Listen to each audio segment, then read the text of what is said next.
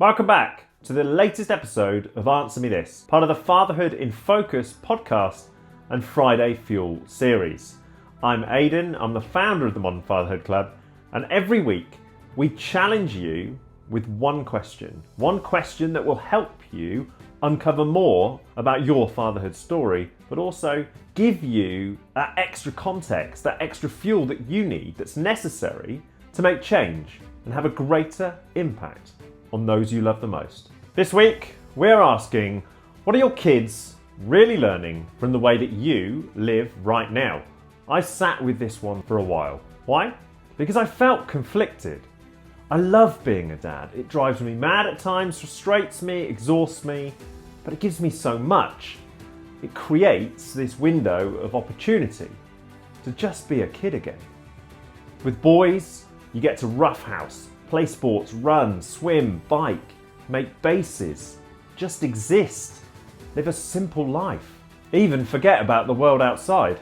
You get up on a Saturday morning and you can choose how involved you want to be, how much time you want to spend doing the things that light you up. You get this chance to set the tone from the outset every Saturday, every Sunday. It's beautiful. But at times, the chaos of trying to get them to put their shoes on or find something that's literally 6 inches from their nose can drain your resources and leave you feeling a little jaded. This episode is about showing up, setting the tone and throwing yourself into everything, teaching them to love life and to embrace the world around them. Now you could drop them in front of an iPad, fire up YouTube and let them immerse themselves in their screen. Let YouTube, Roblox, Xbox or whatever distract them and dictate their mood so that you can take a moment to breathe. That's the challenge we face as modern parents. Screen time or no screen time. And it's a fine line, one you have to navigate carefully with thought and with your eyes wide open. I'm going to say it, we're getting lazy. It's not intentional, or at least not always, but we've softened. It's easier to cave than to set the tone. There is so much conflicting advice out there, so many opinions on empowering children, creating confidence in kids, not shouting and being passive. But what our kids actually need is a figure to aspire to be. Not someone so overpowering they can't find their own voice, but a champion to look up to, someone that's transparent, wears their heart on their sleeve, and that has their children's best interests at heart, no matter the stress, the strain they might face in doing so. We've become that generation that would rather conform than set boundaries, and one that would rather take the path of least resistance than to stand out from the crowd. Again, sometimes it's dictated by us, but for the most part, life has become convenient, and when life becomes convenient, we're no longer built of the materials needed to thrive, no longer built from the materials needed to survive the tough times. This episode is about showing up, setting the tone, leading from the front foot, but above all else, not conforming, and instead empowering our kids to think for themselves, becoming capable of pivoting and finding not just happiness, but freedom. Freedom to make decisions that matter, freedom to find their true calling, freedom to think out loud. It's also about reflecting on the role that you're playing in their development and how you're playing a key role to setting them up for success in their future. But before I continue, I really want you to think about your role as their dad. What is it that you're trying to instill in them? Who do you want them to become? What do you want them to value? What do you want them to believe about themselves? Who do you want them to learn from? What tone are you setting in the home? Is there something you're not doing because you became a dad? Is there something that would give you an edge, allow you to showcase your strengths and show them the man that you've become? I'm personally trying to help them forge their own path, one that isn't filled with distraction, quick wins, and this dilution of family connection that's taking centre stage. Given my history with mental health, I'm conscious that the way I show up has a profound impact on the mood within our home. I want them to have that inner strength, steely confidence that I believe is needed to succeed. But I can't show them that if I'm not performing or showing them how things can be done.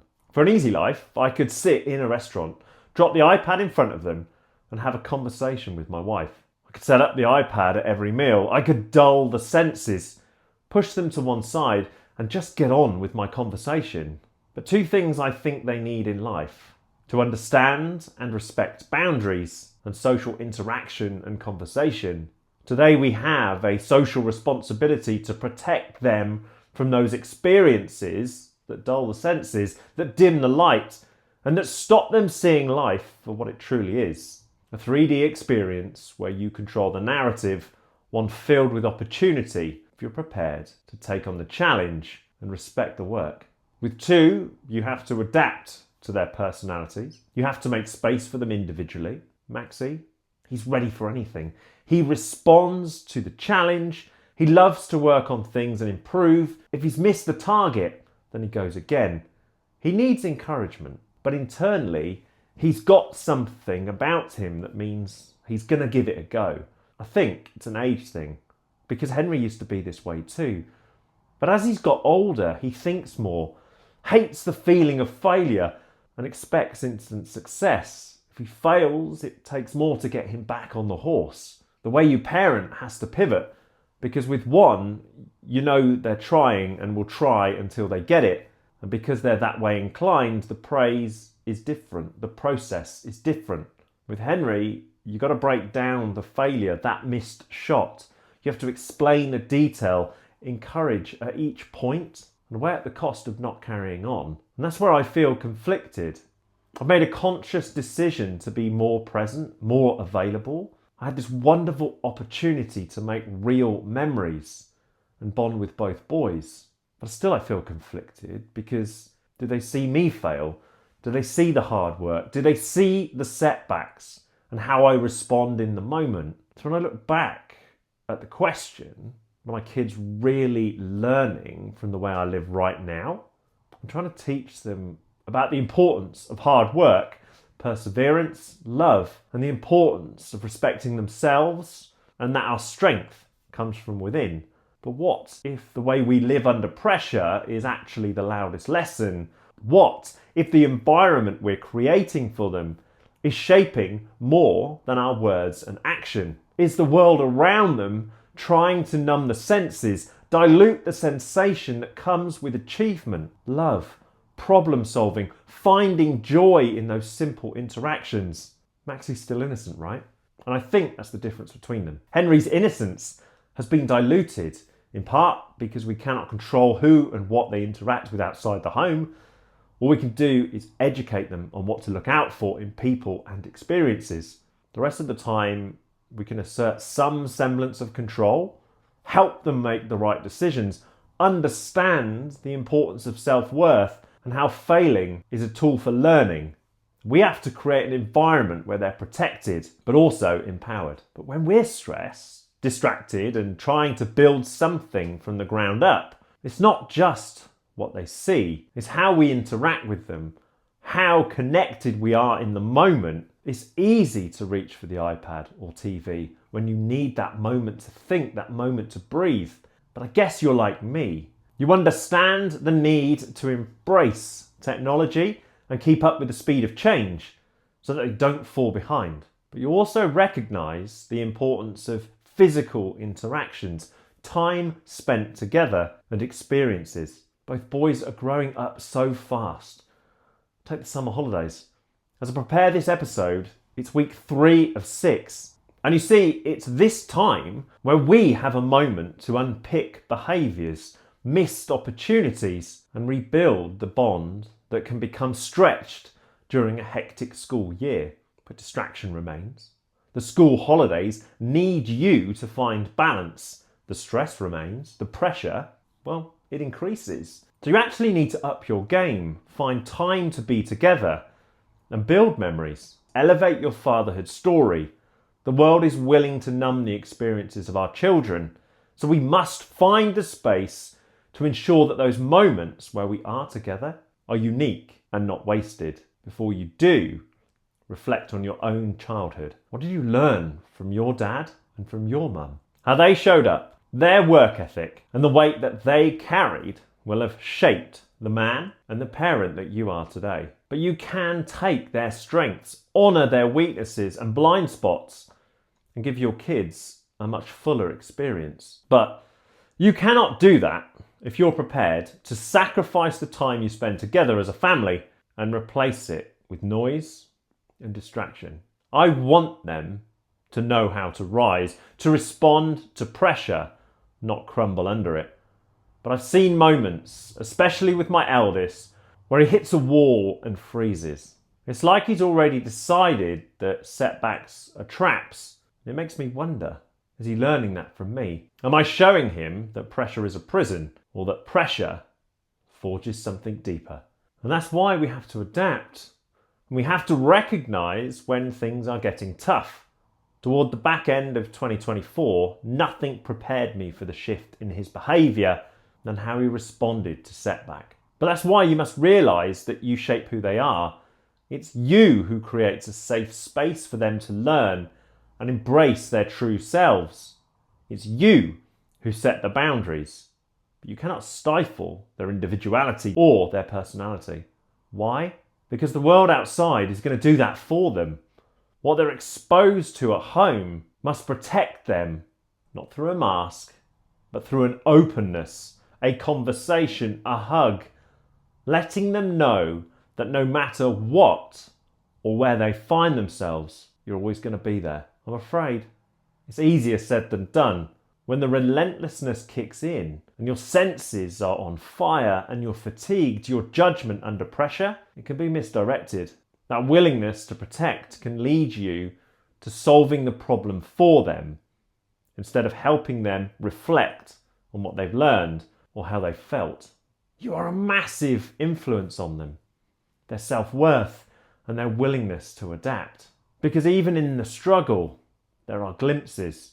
I've watched him push through something hard. I've seen that spark, the one that says, I can do this. That's when I know the lessons are landing, even if they come through the mess. But if we're not showing them how it's done, if we're too distracted to listen and too quick to jump in, then we soften their resolve without fully appreciating the impact our problem-solving approach is going to have on them. How you solve problems, how you respond to those challenges in the moment and how they impact the way that you show up, that's what teaches them the value of problem solving, of facing up to the hard stuff and learning from the process. If, like me, you are distracted, in need of a break and happy to be confined, then what version of you are they seeing? How will that lead them to treat others? How will they respond to criticism? How will it limit their potential? How will they learn from their mistakes? And who will they become? You play this pivotal role, not just in the way you speak, but in the way they see you, how you interact with others, whether you hold your head up, your body language, tone, and your ability to articulate both your emotions and your point of view. I don't just want to raise strong boys. I want to raise boys who respect themselves, who understand that strength isn't about being perfect or fearless. It's about getting back up. It's about love, resilience, and knowing who you are, even when life is testing everything that you've got. But above all else, I don't want to raise boys numb to the world, unable to converse, unable to challenge back, unable to put their point across.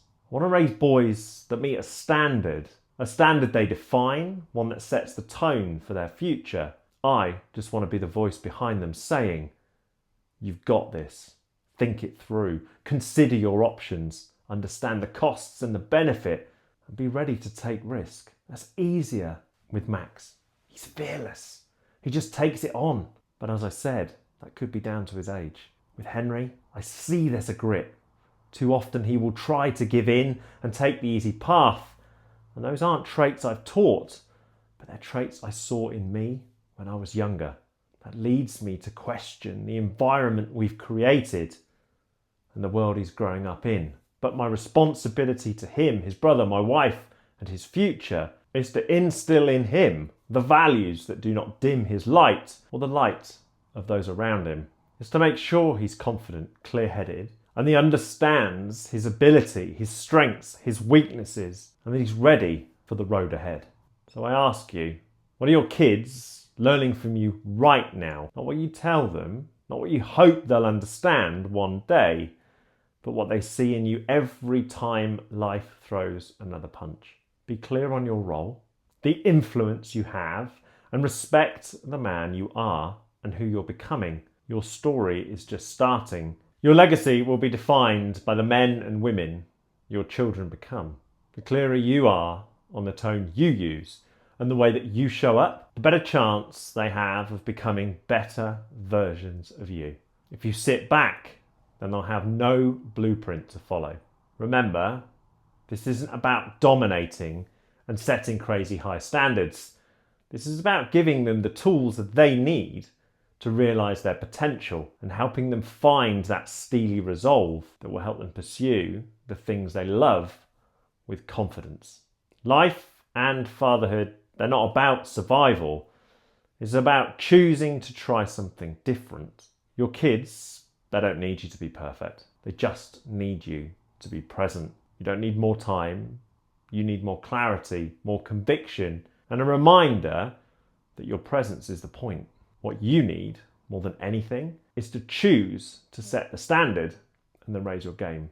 Not by throwing yourself into work, but by throwing yourself into the life at home, in the moments with your kids and your partner. Your standard will set the tone. It will create a vision for their future, one you can nurture over time. You see, this isn't about making sweeping changes. This is about taking a step forward today, another tomorrow, and doing it every single day. If you start today, where will they be in the future? What path will they follow? And how much will you and they grow? More importantly, what will your bond be like? Think about it. Write it down. Dive into the detail. Create something so powerful and unique that you cannot wake up and not move toward it. Your change, any change, has to be necessary, but it's got to leave a mark. Become the role model you know they need and inspire your next generation to pursue passion, love, life, and happiness. Because it can be done, but the bigger question is, can you create the blueprint for them to follow? So in this episode, we've talked about the importance of your role. We've talked about the impact of the world outside. We've talked about how you can support them to build strength, resilience, and confidence. But the most important thing I want you to take away from this episode, as it starts and ends with you, your behaviour, your tone, your actions, the way you speak, the way you show up. That's who you create. You're creating mini versions of you. So your behaviours, your habits, everything is going to shape who they become. What we want to be able to do in today's society is create resilient young boys and girls. Because in today's world, uncertainty is rife. Noise projected by others drowns out the thoughts and feelings of our children, even us as parents. So we need to understand how we can influence more at home. We need to respect who we are, respect the values that we bring to the table, respect our beliefs. But we've also got to understand what our weaknesses are, because it's our weaknesses that will shine through at times. And it's those weaknesses that they'll tap into. Don't let them take the path of least resistance. Don't let them dull the light. Help them find a path to happiness where they are confident, sure-footed, and ready for the challenges ahead. Remember, our resources are all available at themodernfatherhoodclub.com, and our guide to avoiding burnout and focusing on the right things is available now for free. And for those of you willing to take a step up and elevate your fatherhood story and become the present dad they need, the new Dad Recharge is available right now for £49, and we're throwing in Fatherhood Unleashed to help you stay accountable and focused on your impact. This has been Answer Me This. This is part of the Fatherhood in Focus podcast, and Friday fuel. Thank you so much for listening. This has been Aidan, and I'll see you soon.